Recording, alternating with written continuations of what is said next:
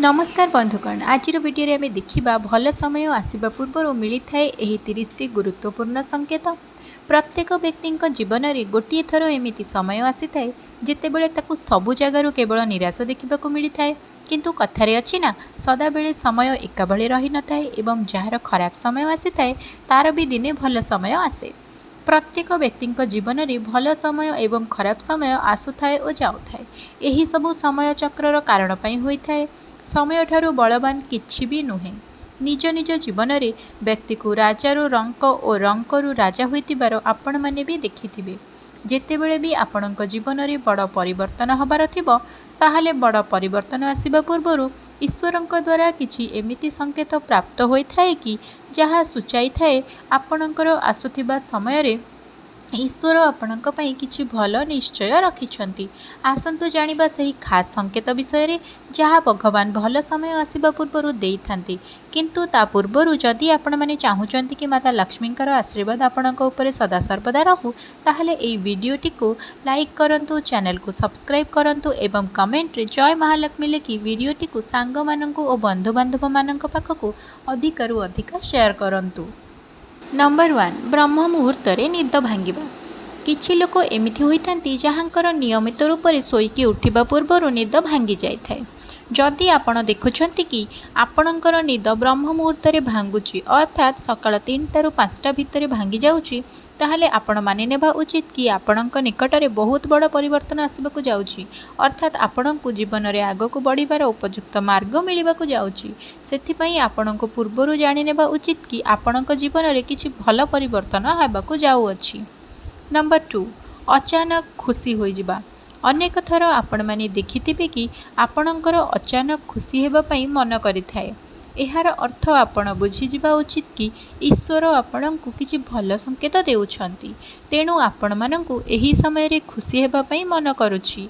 सही भली ईश्वर आपणक जीवन रे बहुत शीघ्र खुशी आनिबाकू जाउछंती। आपणकू खुशीर अनुभव हेबाकू जाउछि। जेते भी दुख आपणक जीवन रे देखिछंती सेही सब बहुत जल्दी शेष हेबाकू जाउछि एवं एही समय रे आपणक मन प्रफुल्लित होई उठिथाए।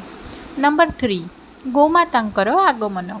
जदि आपणक घर को प्रतिदिन गोमातांकर आगमन होइथाए बा आपणकू भोजन देबा पई प्रतीक्षा करिछंती ताहाले एहा बहुत शुभ संकेत होइथाए।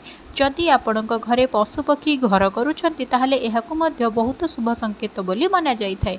एहा छड़ा जदि पक्षींकर मधुर स्वर आपणक घर पाखरे प्रतिदिन गुंजरित होइथाए ताहाले एहार अर्थ हेउछि कि बहुत शीघ्र आपणक जीवन रे सकारात्मक परिवर्तन आसिबाकू जाउअछि।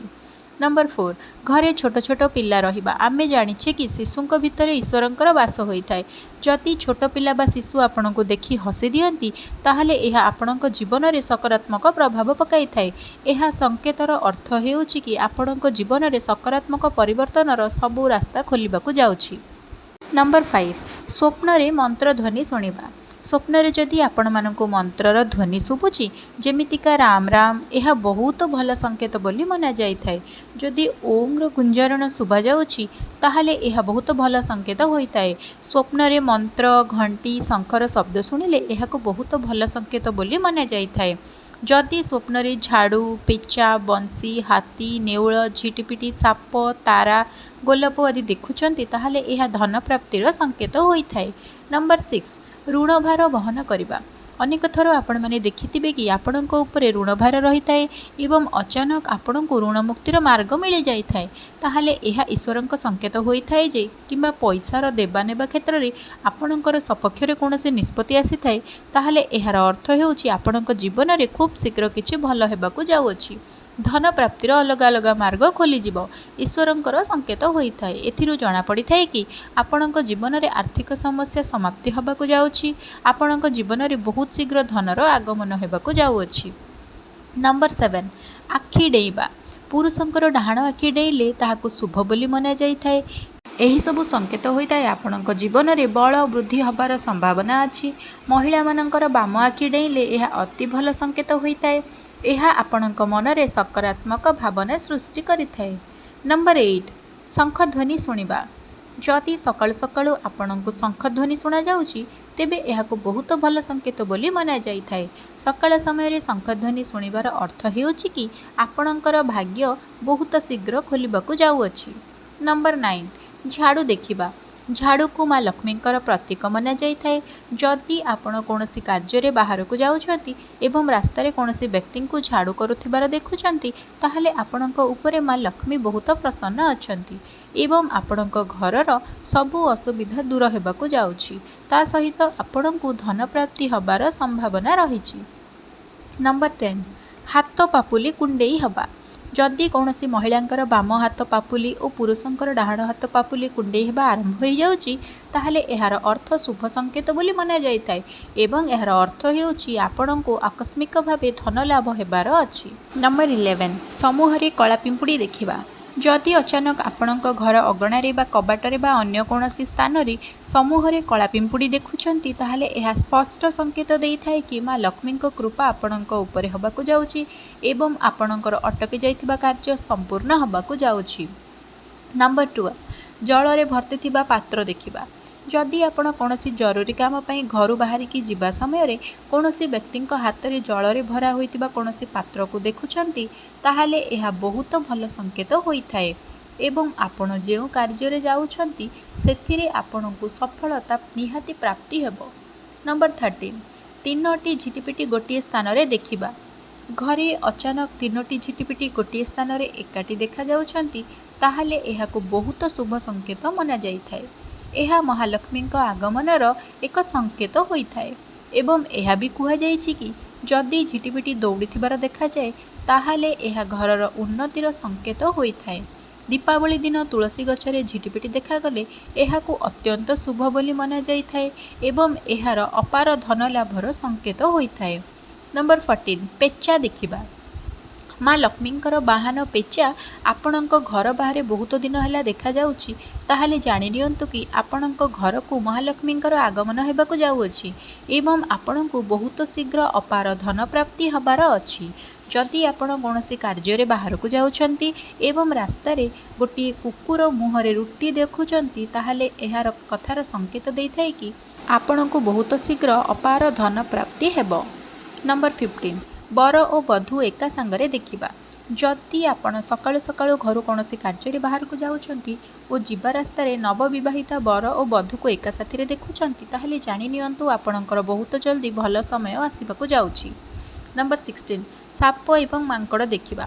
ଆପଣ ଯାତ୍ରା କରୁଥିବା ସମୟରେ ଯଦି ସାପ ଏବଂ ମାଙ୍କଡ଼ ଦେଖାଯାଉଛି, ତାହେଲେ ଏହା ଭଲ ସମୟ ଆସିବାର ଶୁଭ ସଂକେତ ହୋଇଥାଏ।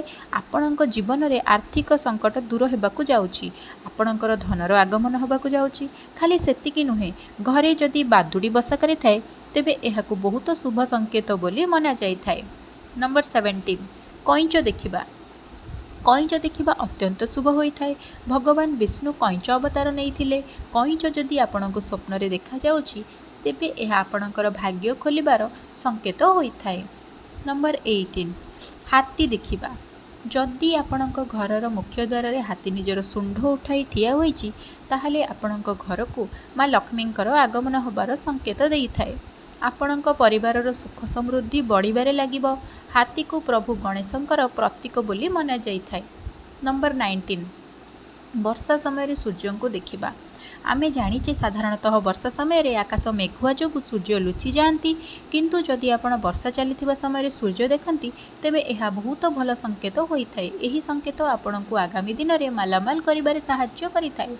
ନମ୍ବର 20, ସବୁଜିମା ବା ଗ୍ରୀନେରୀ ଦେଖିବା। ଯଦି ଆପଣ ସକାଳୁ ଉଠିବା ସମୟରେ ଆପଣ ଆପଣଙ୍କର କବାଟ ବା ଝରକା ବାଟରେ ଗ୍ରୀନେରୀ ବା ସବୁଜ କ୍ଷେତ ଦେଖୁଛନ୍ତି, ତା ସହିତ ପାଖରେ ଯଦି ନଦୀ ଦେଖୁଛନ୍ତି, ତାହେଲେ ତେବେ ଆଉ କ'ଣ କହିବା, ସୋନେ ପେ ସୁହାଗା। ନମ୍ବର 21, ଦହି ବା କ୍ଷୀର ଦେଖିବା। ଯଦି ଆପଣ ସକାଳୁ ଉଠିବା ସମୟରେ ଦହି ବା କ୍ଷୀର ଦେଖୁଛନ୍ତି, ତେବେ ଏହା ବହୁତ ଭଲ ସଂକେତ ହୋଇଥାଏ। ଏହା ସହିତ ଯଦି ଆପଣ କ୍ଷୀର ଗରମ କଲାବେଳେ କ୍ଷୀର ବାରବାର ଉତରିଥାଏ, ତେବେ ଏହା ବହୁତ ଭଲ ସଂକେତ ବୋଲି ମାନି ନେବା ଉଚିତ। ନମ୍ବର 22, ଭୁଲରେ ଓଲଟା ପୋଷାକ ପିନ୍ଧିବା। କେବେ କେବେ ଆମେ ତରବରରେ ଓଲଟା କପଡ଼ା ପିନ୍ଧି ଦେଇଥାଉ, କିନ୍ତୁ ଦ୍ୱିତୀୟ ଥର ଏହା ଆମ ସହିତ ହୁଏ, ତେବେ ଆମେ ବୁଝିଯିବା ଉଚିତ ଯେ ସୁଖ ସମୃଦ୍ଧି ଜଲଦି ଆପଣଙ୍କର କବାଟ ବାଡ଼େଇବ। ନମ୍ବର 23, ରାସ୍ତାରେ ଶୁଭ ଜିନିଷ ମିଳିବ। ରାସ୍ତାରେ ଯାଉଥିବା ସମୟରେ ଆପଣଙ୍କୁ ପଇସା ବା ଟଙ୍କା, ଘୋଡ଼ାର ନାଲ, ଚାରିପତ୍ର ଥିବା ଘାସ ମିଳିଯାଏ ତେବେ ତାକୁ ଅବଶ୍ୟ ସମ୍ଭାଳିକି ରଖିବା ଦରକାର, କାରଣ ଏହା ଆପଣଙ୍କର ଭାଗ୍ୟକୁ ଉଜ୍ଜ୍ୱଳ କରିପାରେ। ନମ୍ବର 24, ଆଖୁ ଦେଖିବା। ସକାଳୁ ସକାଳୁ ଆପଣ ଯାତ୍ରା କରୁଥିବା ସମୟରେ କେଉଁଠାରୁ ହେଲେ ମଧ୍ୟ ଆଖୁ ଦେଖିବା ଅତ୍ୟନ୍ତ ଶୁଭ ସଂକେତ ହୋଇଥାଏ। ନମ୍ବର 25, ଅଗଣାରେ ଥିବା ଚାରା ଗଛର ବୃଦ୍ଧି। ଯେତେବେଳେ ଆପଣଙ୍କର ଭଲ ସମୟ ଆସିବାର ଥିବ, ଆପଣଙ୍କ ଅଗଣାରେ ଚାରା ଗଛ ଏବଂ ତୁଳସୀ ଗଛ ବୃଦ୍ଧି ହୋଇଥାଏ, ତେବେ ଆପଣ ବୁଝିନେବା ଉଚିତ ଯେ ଆପଣଙ୍କର ଖରାପ ସମୟ ସମାପ୍ତ ହେବାକୁ ଯାଉଅଛି। ନମ୍ବର 26, ଧଳା ପାରା ଦେଖିବା। ଧଳା ପାରା ଦେଖିବାକୁ ଅତ୍ୟନ୍ତ ଶୁଭ ମନାଯାଇଥାଏ। ଏହି ସଂକେତକୁ ଆଗାମୀ ଦିନର ଧନ ପ୍ରାପ୍ତିର ଦ୍ୱାର ବୋଲି ମନାଯାଇଥାଏ। ନମ୍ବର 27, ନଡ଼ିଆ ଦେଖିବା। ସକାଳୁ ଉଠିବା ପରେ ନଡ଼ିଆ ବା ଶ୍ରୀଫଳ ଦେଖିବା ଅତ୍ୟନ୍ତ ଶୁଭ ବୋଲି ମନାଯାଇଥାଏ। ନମ୍ବର 28, ଦୀପର ଶିଖା ସିଧା ହୋଇ ଜଳିବା। ଆପଣ ପୂଜା କରୁଥିବା ସମୟରେ ଦେଖିବେ ଯେ ଦୀପର ଶିଖା ସିଧା ଜଳୁଥାଏ ବା ଗୋଟିଏ ଧାରାରେ ଜଳୁଥାଏ, ତେବେ ଆପଣ ବୁଝିନେବା ଉଚିତ ଯେ ଭଗବାନ ଆପଣଙ୍କ ଉପରେ ପ୍ରସନ୍ନ ହୋଇଯାଇଛନ୍ତି ଓ ଆପଣଙ୍କର ଭଲ ସମୟ ବହୁତ ଜଲ୍ଦି ଆସିବାକୁ ଯାଉଛି। ନମ୍ବର 29, ଘରେ ବିଲେଇ ଛୁଆ ଜନ୍ମ କରିବା। ଯଦି ଆପଣଙ୍କ ଘରେ ବିଲେଇ ତା ଛୁଆକୁ ଜନ୍ମ ଦେଇଛି, ତେବେ ଏହା ଆଗାମୀ ଦିନରେ ବହୁତ ଜଲ୍ଦି ଖୁସି ଖବର ପାଇବାର ଭଲ ସଂକେତ ହୋଇଥାଏ। ନମ୍ବର 30, ପକ୍ଷୀ ମଳତ୍ୟାଗ କରିବା। ଯଦି ଆପଣ କେଉଁଆଡ଼େ ଯାତ୍ରା କରୁଛନ୍ତି, ସେହି ସମୟରେ ଗଛରେ ବସିଥିବା କିମ୍ବା ଉଡ଼ୁଥିବା ପକ୍ଷୀ ଆପଣଙ୍କ ଉପରେ ମଳତ୍ୟାଗ କରିଦିଏ, ଏହା ମଧ୍ୟ ଆଗାମୀ ଦିନରେ ଧନବାନ ହେବାର ସଂକେତ ଦେଇଥାଏ। ଦର୍ଶକ ବନ୍ଧୁ, ଯଦି ଏହି 30ଟି ସଂକେତ ମଧ୍ୟରୁ ଗୋଟିଏ ବି ଆପଣଙ୍କ ସହିତ ଘଟିଥାଏ, ତେବେ ଡେରି ନ କରି କମେଣ୍ଟରେ ଜୟ ମହାଲକ୍ଷ୍ମୀ ଲେଖିଦିଅନ୍ତୁ। ଦେଖିବେ ମାତାଙ୍କ କୃପାରୁ ଆପଣଙ୍କ ଦିନ ମଧ୍ୟ ଶୁଭମୟ ହେବ।